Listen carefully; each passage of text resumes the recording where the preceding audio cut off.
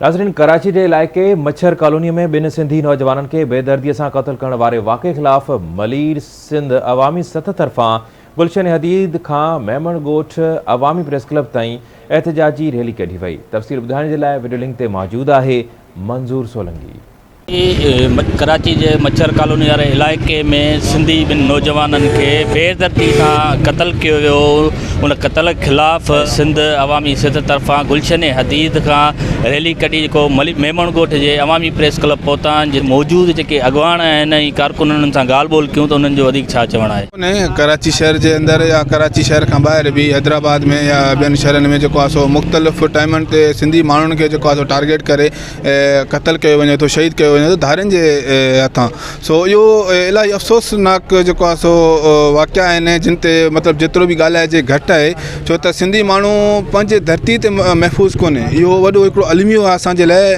सिंधी मानू जो सो ॿाहिरियों मानू जे हथां क़त्ल थिए थो। ॿाहिरियों मानू को जो सो अफ़गान खां हले थो तो को जो सो बर्मी आहे तो को वरी बंगाली आहे को किथां थो अचे को किथां थो अचे। ही जेका धारनि जी लोध आहे इन मुसलसल जो सो इन 8 ॾह 12 सालनि 15 सालनि में सिंधी माण्हुनि खे तमामु घणो नुक़सानु पहुचायो आहे। असां सिंध हुकूमत खे चवंदासीं त सिंध हुकूमत 15 सालनि खां वठी कहिड़ो कमु थी करे। सिंध हुकूमत जो इहो कमु आहे जो अॼु असांजा माण्हू इंजीनियर पढ़ियल लिखियल माण्हू जेको सो शहीद जावेद शहीद इसाक जहिड़ा नौजवान पढ़ियल लिखियल जेको यूनिवर्सिटियुनि मां जेको डिग्रियूं हासिल करे पंहिंजे कराची शहर में राजधानी कराची में अचनि था जिते ड्यूटियूं करण जे लाइ। ऐं पोयां जेको सो सिंध हुकूमत एतिरी जेको सो एगोर निंड में सुतल आहे जो पोयां उनखे वरी वापसी में लाश था मिलनि। सिर्फ़ु हिकिड़ी मच्छर कॉलोनी सां न आहे पर बेस कॉलोनी मोड़ थी वियो पंहिंजो चूहड़ जमाली साइड ते इन सॼे जाते काथे पंहिंजे सिंधी असांखे मारिया था वञनि पर सिंधी असांखे मारण वारो असां ॿियो कोई कोन्हे। असांजे पंहिंजा सिंध जेके धारिया आहिनि उहे मारनि था। सिंध धारिया मारण में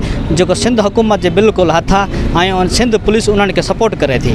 सिंध सपोर्ट करण जी वजह सां हीअ असांजा धारिया जे अफ़गानी असांजी सिंधी क़ौम खे बिल्कुलु ख़तमु करणु चाहिनि था ऐं कराची शहर खां असांखे भॼाइणु चाहिनि था। हीअ मच्छर कॉलोनी कराची में ॿिन सिंधी इंजीनियर नौजवान पढ़ियल लिखियल जेके पंहिंजे ॻोठ ठटे खां कराची में पंहिंजी रोज़गार लाइ आया जंहिंखे 2 महीना मस थिया त पंहिंजे रोज़ी करण जे लाइ कराची आयो।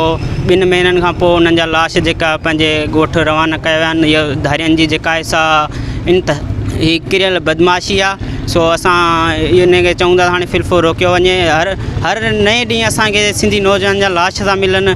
एतिरा लाश सस्ता आहिनि छा असां सिंधियुनि जा। सो असां मुतालबो था कयूं सिंध हुकूमत खां IG सिंध खां त इन नौजवाननि जे खून सां इंसाफ़ करे। कारकुननि जो तव्हां ॻाल्हियूं ॿुधियूं। हिननि जो चवणु आहे त अॻु बि इरशाद रांझाणी बिलाल काका समेत मुख़्तलिफ़ सिंधी नौजवाननि खे मुख़्तलिफ़ वक़्तनि ते बेदर्दी सां क़त्ल कयो वियो आहे। मच्छर कॉलोनी वारे इलाइक़े में 2 पढ़ियल लिखियल इंजीनियर जेको आहे जावेद ऐं मोहम्मद इसाक उमर खे बेदर्दी सां बेरहमानो क़त्ल कयो वियो आहे। सिंधनि मां एहसास महरूमी जेकी आहे उहा ख़तमु कई वञे ऐं जल्द खां जल्द वारसनि सां इंसाफ़ कयो वञे। कैमरामैन अब्दुल लतीफ़ बुगियो सां गॾु मंजूर सोलंकी, आवाज़ TV गडाब।